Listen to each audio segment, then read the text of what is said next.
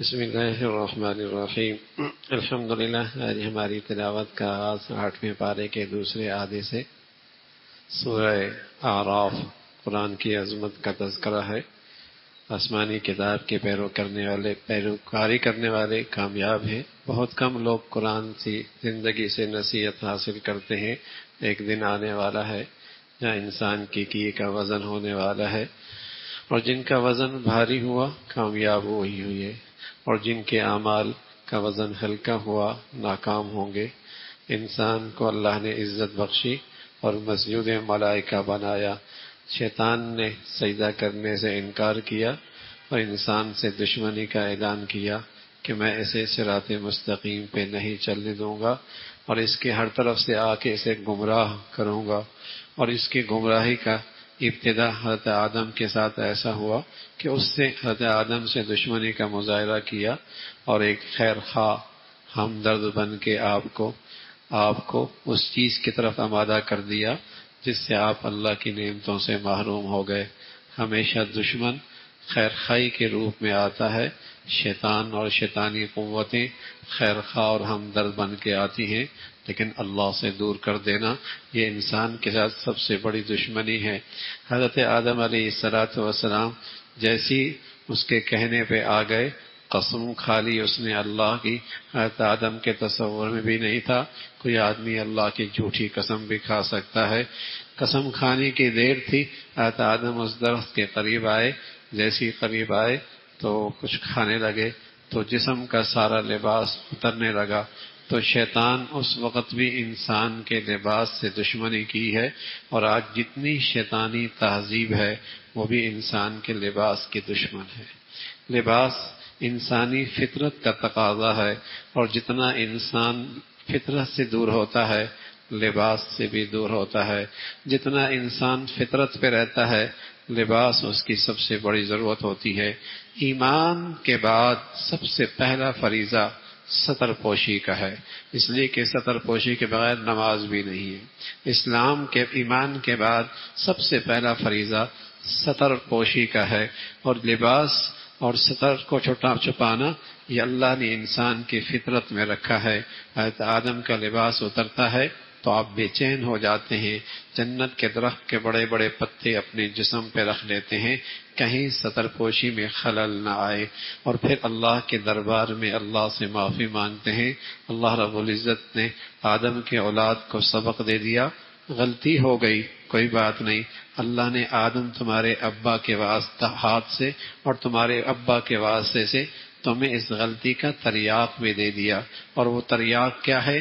دوا کے ساتھ تریاق، بیماری کے ساتھ علاج، اور علاج کیا ہے؟ تریاق کیا ہے؟ اللہ سے معافی مانگو، اللہ سے معافی مانگو، اللہ سے معافی مانگ لو۔ حضرت آدم کی اولاد سے غلطی ہوگی، خطا کر بیٹھی گئی تو سبق بھی ساتھ دے دیا، فوراً اللہ سے معافی مانگ لینا۔ پھر قوم ابن آدم سے بلا کر آواز دی اور اسے پکارا کہ ہم نے لباس اتارا ہے۔ لباس کے دو کام ہوتے ہیں، ایک ستر پوشی سے کام آتا ہے، دوسرا آدمی اس سے زینت حاصل کرتا ہے۔ لباس سے آدمی ستر پوشی کرتا ہے، وہ لباس نہیں ہوتا جس سے ستر پوشی نہ ہو۔ اتنا باریک لباس پہنا ہے، اندر کی ستر نمایاں ہے، اتنا چست لباس پہنا ہے کہ اندر کی ساری جسم کی حیت نظر آ رہی ہے، اتنا مختصر لباس ہے کہ جسم کا وہ حصہ جس کا چھپانا فرض ہے وہ بھی نظر آ رہا۔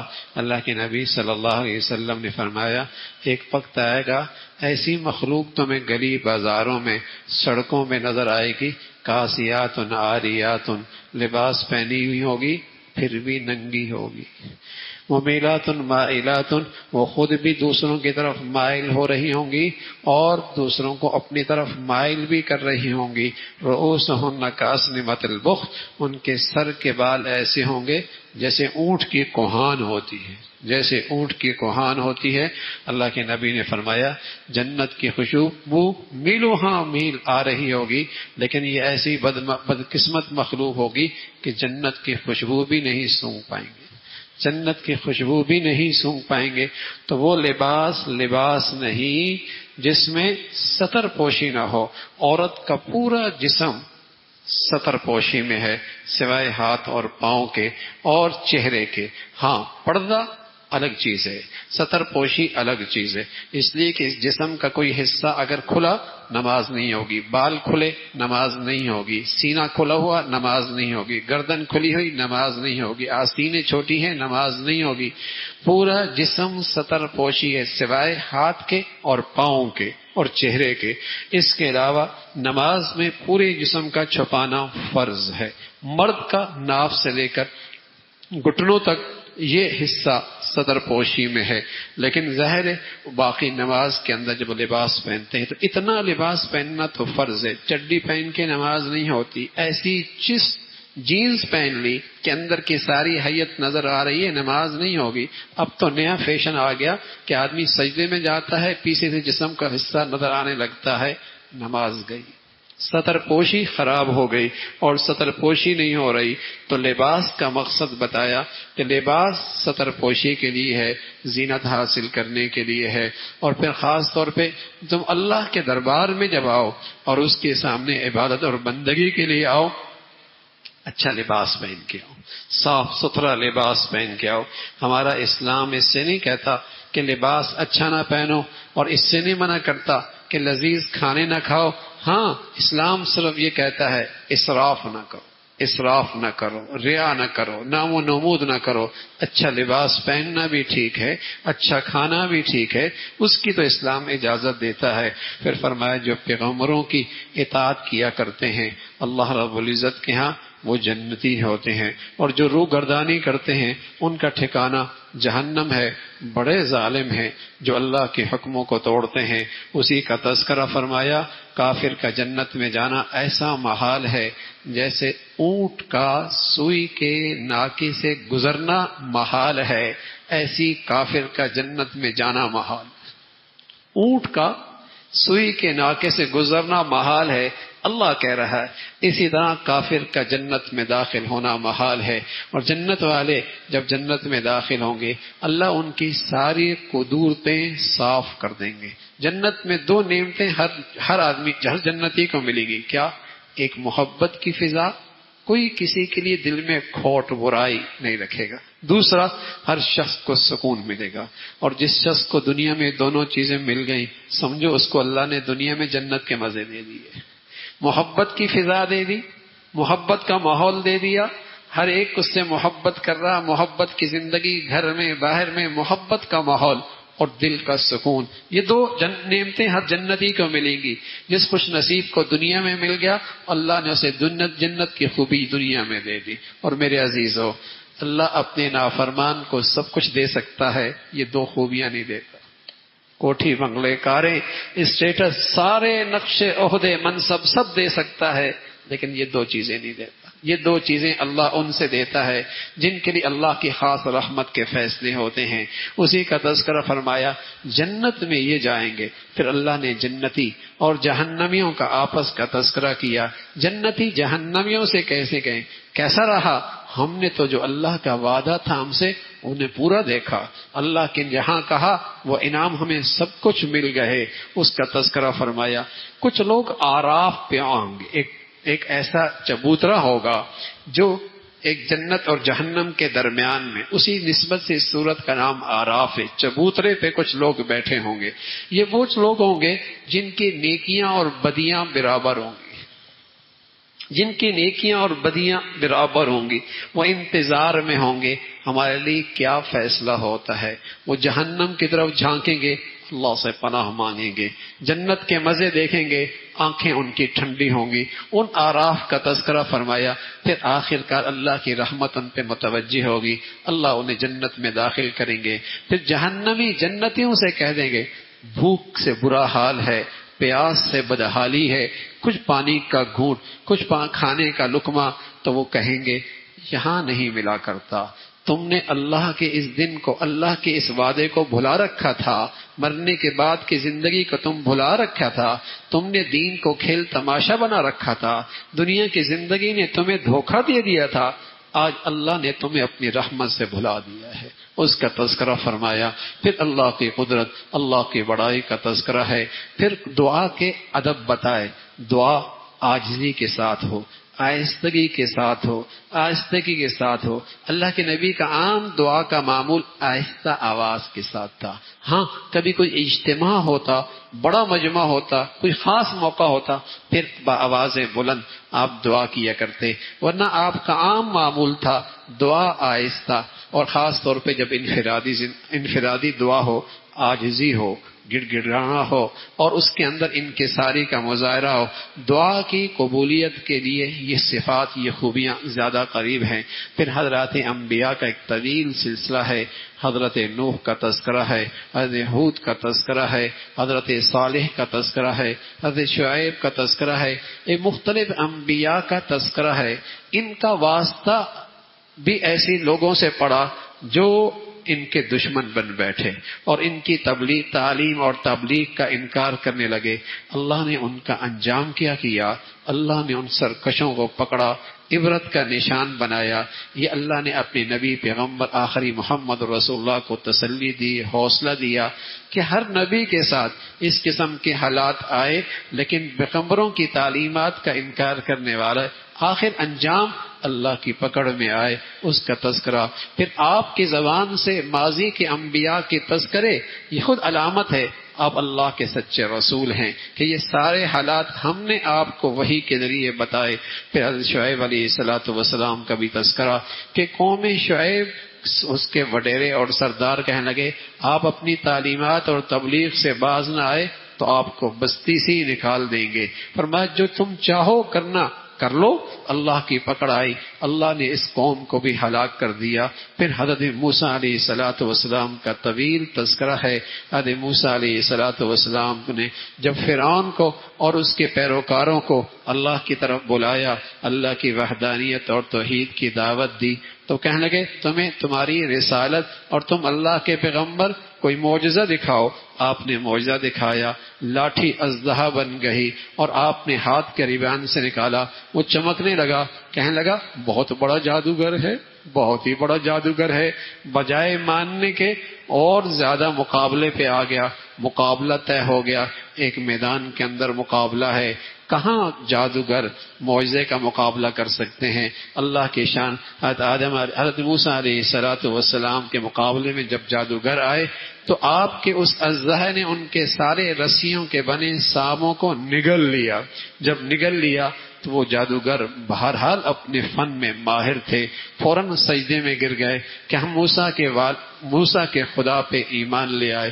اس لیے کہ یہ جادوگر نہیں ہے، یہ کوئی اللہ کا فرستادہ، اللہ کا پیغمبر ہے. فرعون جسے کہیں کہ ہکا بکا رہ گیا اور اس نے ایک اعلان کر دیا کہ یہ تمہارا استاد، تم اس کے شاگرد اور تمہارا یہ بنایا ہوا سب مکر ہے. میں تمہیں سولے پہ لٹکا دوں گا اور تمہیں میں قتل کر دوں گا اور دوسروں کے لیے عبرت کا نشان بنا دوں گا. اللہ ایمان کی حقیقت نصیب فرما دے. تو جادوگر کو اللہ نے اس لمحے ایسا ایمان دے دیا. کہنے لگے اے بھائی کیا کرے گا؟ سب سے بڑھ کر تو ہمیں مار ہی دے گا نا. تو کیا ہوا؟ ہم تو اپنے رب کے پاس واپس لوٹ کے جائیں گے. ہم تو اپنے رب کے پاس واپس لوٹ کے جائیں گے. جب ایمان کی حقیقت آ جاتی ہے پھر مرنا نہیں لگتا، بلکہ مرنا شفٹنگ لگتی ہے کہ سفر میں تھے گھر واپس چلے گئے، سفر میں تھے گھر واپس چلے گئے، ویرانے میں تھے آباد دنیا میں چلے گئے. پھر اللہ ایمان دے دے پھر موت نہیں لگتی، موت تحفہ لگتا ہے. موت تحفہ لگتا ہے. موت وہ پل لگتا ہے جس سے محب اپنے محبوب سے اسے پار کر کے ملاقات کرتا ہے. یہ خوبصورت زندگی ہے. پھر خوبصورت زندگی ہے اس لیے خوف ختم ہو جایا کرتے ہیں، ڈر نکل جایا کرتے ہیں، خوف ختم ہو جایا کرتے ہیں. اللہ ایمان کی حقیقت نصیب فرما دے. جادوگروں نے کہہ دیا. پھر یہ جادوگر اتنے جلدی ایمان لے کے کیسے آ گئے؟ دو قسم کے لوگ ہوتے ہیں. ایک وہ ہوتے ہیں جو ضدی ہوتے ہیں، ایک وہ ہوتے ہیں جو متکبر ہوتے ہیں، ایک وہ ہوتے ہیں جو عناد ہوتا ہے. انہیں کچھ بھی دکھا دو انہوں نے نہیں ماننا. اور ایک وہ طبقہ ہوتا ہے جو ضدی، تکبر، عناد نہیں ہوتا، بے خبر ہوتا ہے، بے خبر ہوتا ہے، لا علم ہوتا ہے، جاہل ہوتا ہے، اور جب اس کے سامنے حقیقت آ جائے وہ بہت جلدی حق کو قبول کر لیتا ہے، بہت جلدی حق کو قبول کر لیتا ہے. ضد بری چیز ہے، تکبر بڑی چیز ہے، عناد بری چیز ہے. اللہ کے نبی صلی اللہ علیہ وسلم کا جن بڑے بڑے قریش کے سرداروں سے واسطہ پڑا، مشرکین مکہ سے، وہ بے خبر نہیں تھے. وہ تو آپ کو ایسے جانتے تھے، آپ کی 40 سالہ زندگی اور آپ کا کردار، کریکٹر دیکھا تھا، لیکن چونکہ ضد تھی، تکبر تھا، غرور تھا کہ ایک عام سے آدمی جس کے ابا کا انتقال ہو گیا، ماں کا انتقال ہو گیا، گھر میں کھانے کوئی نہیں ہے، اور ہم سردار اور رئیس ہو کر اس کے پیچھے چلے. نہیں، یہ ہماری ناک کے خلاف ہے، یہ ہماری میں کے خلاف ہے، یہ ہماری انا کے خلاف ہے. ایسا نہیں ہو سکتا. تکبر رکاوٹ بنتا ہے. لیکن یہ چونکہ لا علم تھے، فوراً ایمان لے کے آ گئے. اللہ رب العزت نے اس کے موسیٰ علیہ السلام کی قوم بنی اسرائیل کو نجات دی اس دشمن سے. لیکن یہ بھی بڑی عجیب قوم تھی، جب کبھی مانتی کبھی انکار، کبھی مانتی کبھی انکار کرتی. اس کا تذکرہ فرمایا. پھر فرعون پر بھی اللہ نے بار بار تنبیہ فرمائی اور ان پر عذاب بھی بھیجے. بس اوقات جہاں دیکھتے، جس پانی کو دیکھتے وہ خون بن جاتا، جس پانی کو دیکھتے وہاں ہر طرف جسے کہیں کہ مینڈکیں بن جاتی. اور بس اوقات ایسی چیزیں اللہ نے بھیجی کہ ان کی ساری فصلیں تباہ ہو گئیں. جب کوئی ان پر برے حالات آتے کہتے موسیٰ کی وجہ سے آئے ہیں، اور جب کوئی حالات اچھے آتے کہتے ہماری محنت، ہماری سمجھداری، ہماری منصوبہ بندی، ہماری پلاننگ. پھر آخرکار موسیٰ علیہ السلام سے کہتے دعا کریں. آپ دعا کرتے لیکن ان کی سرکشی پھر بڑھ جاتی. اس کا تذکرہ فرمایا. پھر اللہ نے موسیٰ علیہ السلام کو اپنے پاس بلایا اور اپنے پاس بلا کر 40 دن تک ٹھہرایا. پھر تورات دی. اس کا تذکرہ فرمایا. آپ نے تورات اپنی قوم کے پاس، بنی اسرائیل کے پاس لے کے آئے. بنی اسرائیل بھی بہت جلدی بدکنے والی تھی، حالات سے بہت جلدی اثر لینے والی تھی. بچھڑے کی عبادت کرنے لگی، اللہ کی نافرمانی کرنے لگی، اللہ کی اطاعت سے روگردانی کرنے لگی. اس قوم کو بھی اللہ نے بندر اور بازوں کو بندر بنا دیا اور ایسا عذاب دیا کہ عبرتناک عذاب دیا. اس کا تذکرہ فرمایا. پھر اللہ رب العزت نے بتایا اے نبی آپ کہہ دیں نفع اور نقصان کا مالک اللہ ہے، نفع اور نقصان کا مالک اللہ ہے. پھر اللہ نے بتایا جسے کوئی بڑی نعمت ملے، اور سب سے بڑی نعمت کیا ہے اللہ کی؟ اللہ کسی کو آسمانی علم دے دے، اللہ کسی کو دین کا علم دے دے. اس نعمت کی جب وہ ناقدری کرتا ہے اللہ کی طرف سے سزا بھی بڑی سخت آتی ہے. تو ایک شخص بلام بن باورا ایک شخص تھا جو مفادات کی غرض سے اور مفادات کی خاطر اور دنیاوی مفادات کے لیے اللہ کی دی اس علم کو غلط استعمال کرنے لگا. تو اللہ نے اس کی زبان کتی کی طرح بنا دی اور وہ ہانپتے زندگی گزارنے لگا. اسی حال میں اس کی موت آئی. اس کا تذکرہ فرمایا اور توجہ دلائی کہ اللہ کی جب نعمت بڑی ہو تو اگر اس کی ناقدری کرو گے پھر اس کی سزا بھی بڑی سخت ہوتی ہے. اسی کا تذکرہ فرمایا. پھر اللہ سے نبی علیہ السلام سے پوچھا جاتا قیامت کب آئے گی؟ آپ فرما دیں قیامت کا علم اللہ کے پاس ہے، صحیح علم اللہ کے پاس ہے. اسی کا تذکرہ. پھر فرمایا جب اللہ کوئی نعمت دیتا ہے، اللہ اولاد دیتا ہے، فوراً اسے غیر اللہ کی طرف منسوب کرتے ہیں. ان کی آنکھیں کانیں سب کچھ ہیں لیکن سمجھتے نہیں، یہ تو اندھوں کی طرح ہیں. اس کا تذکرہ. پھر جو شخص متقی اور پرہیزگار ہوتا ہے اگر شیطان کہیں اسے کسی غلطی بھی مبتلا کر دے، تقوی کے نور کی برکت سے فوراً اسے ہوش آ جاتا ہے اور فوراً توبہ کر لیتا ہے اور فوراً چونک جاتا ہے کہ شیطان گمراہی میں ڈال رہا ہے. تو تقوی پرہیزگاری کی برکت سے آدمی گناہوں پہ اصرار نہیں کرتا. اس کا تذکرہ فرمایا. پھر آخر میں سورت کے آخر میں قرآن کی عظمت کا تذکرہ. قرآن پڑھا جائے، ادب سے سنا کرو، اہتمام سے سنا کرو. ظاہر ہے جو قرآن جتنا ادب اور عظمت کے ساتھ سنے گا کتنی اس کی برکتیں انوارات اس کو ملے گی. اللہ رب العزت ہم سبھی کو قرآن کی عظمت، محبت، تلاوت کی توفیق نصیب فرمائے.